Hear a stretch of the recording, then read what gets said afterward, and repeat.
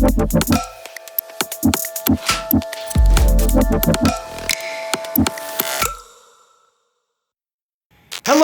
and welcome to Tech Time Today. I am your host, Jeff Whelpley, and with me I have a very special guest, the one, the only, the man, the myth, the legend, Chris Esplin. Hey. Why don't you give a kind of intro to who you are? Hey, my name's Chris. I work I use a lot of Firebase. I build a lot of web apps. Write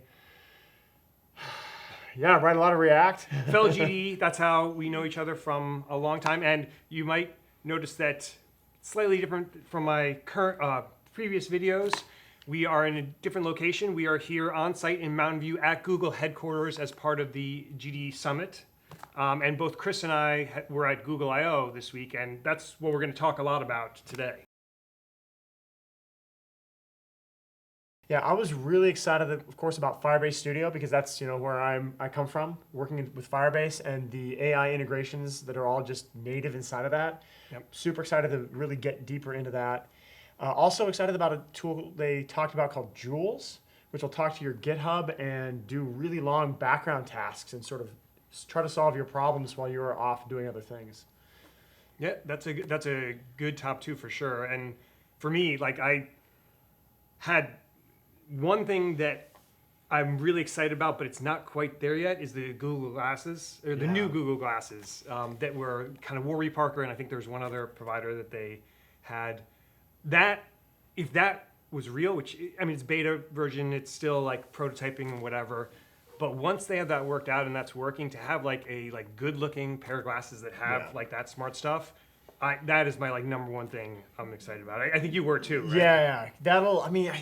It'll let me keep my phone in my pocket more. Yes. Less phone time, less even watch time, more just in the flow. And having a video camera that's not obtrusive will be really nice. Yeah. It'll be interesting if and when, not if, that stuff is live, because how does it change the behaviors of both the wearer and the people that you're in the room with? You know what I mean? Yeah. But that's a whole. We can get in with all these topics.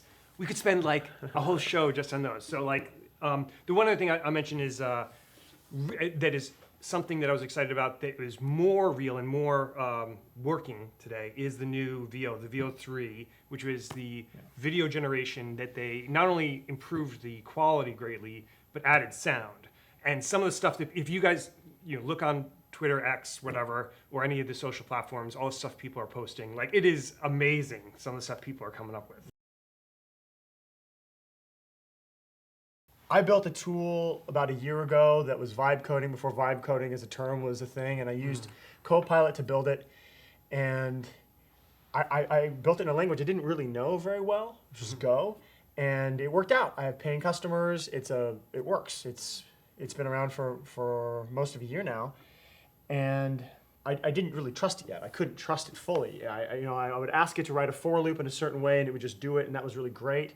And it got over all my grammar hurdles with Go and not really knowing a lot of things. I'd ask it sort of different strategies, and then I would do a lot of the implementation and kind of hand off back and forth between the AI. Watching how people are working with AI now, I'm really excited that I'm going to be able to do that to a much higher degree, like not get nearly as deep into the code. And it's going to be baby steps. Yes. I'm still nervous, right? I've got to walk in there really slowly because I've been doing it for a long time, my way. I know what works.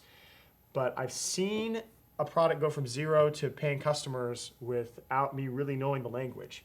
So if we can get that done in a year, going forward, that's one of the reasons I'm excited about Firebase Studio. That integration, I may be able to do just massive amounts of work, maybe set up the architecture and then say, hey, add this feature. Oh, that looks good. Do a code review on it. Awesome. Add this feature. And just iterate and potentially do the work of multiple developers. Yeah, one way of thinking about it, I mean, there's a million different ways you can think about this, how things are going to roll in the future, whatever else. I was talking to one of the other GDs earlier today, and it's like, okay, just with up to this point, how much has generative AI tools helped increase your productivity as a developer? And for me, I was like 50% to 100% increase? I don't know. What would you say is 0%? It's So hard, far, it's up hard to to this judge. point. Up to this point, Yeah. it depends. Sometimes it's 100%. Sometimes it's 200%. Yeah, it does differ, yeah. And then I'm yeah. debugging something, and there's no way, and it's Right. multi-platform or whatever. It's this distributed system. So for distributed systems, I'm not there yet. But for discrete stuff, oh yeah. But like, if you are not using these tools over the course like this next year with the capabilities that they have now and going forward at like maybe 10x, let's say, to set the bar, just to like try to set a goal, you're probably not doing enough. You're not doing enough to adjust the flow, Yeah. like the way that you've normally done things to the way that things can be done in the future. In a world where we are successful in creating these AIs that are able to answer you for whatever question you give a solution for whatever problem you give, what is the reason why any person would need to start searching around and go to somebody else's website? And for the things that you build, are you building, the web is an interface, right? Yeah. Why build for that interface if everybody is using LLMs, is using these AI-based interfaces? You would, if you're a business, you're going to be building for them with MCP and other ways of doing that. So what does the web look like, in the future world? Yeah, I've been trying to figure that out because I don't think it looks the same. The last big transition, so my wife was a big blogger. Mm-hmm. She was big in the blog stuff in the early 2010s. And you have all these unique visitors, and it was really consistent, and she built a business off of that, and it was really successful. And then everyone switched over to Instagram. People stopped going to blogs, they started going to Instagram. The RSS feeds all shut down, and there was this gigantic shift. And people still publish, but they publish now on Instagram and YouTube and X and Blue Sky and all these different platforms. And so the platforms really started to take over. So it'll be interesting to me to see how this goes because small bloggers are going to kind of be consolidated. They were consolidated out. So does that consolidation continue? And to what degree does everybody roll up and start publishing on a larger platform? Mm-hmm. Yep. Yeah. So I don't think, again, we've talked about this a little bit, so I don't think either of us have the answers by any means.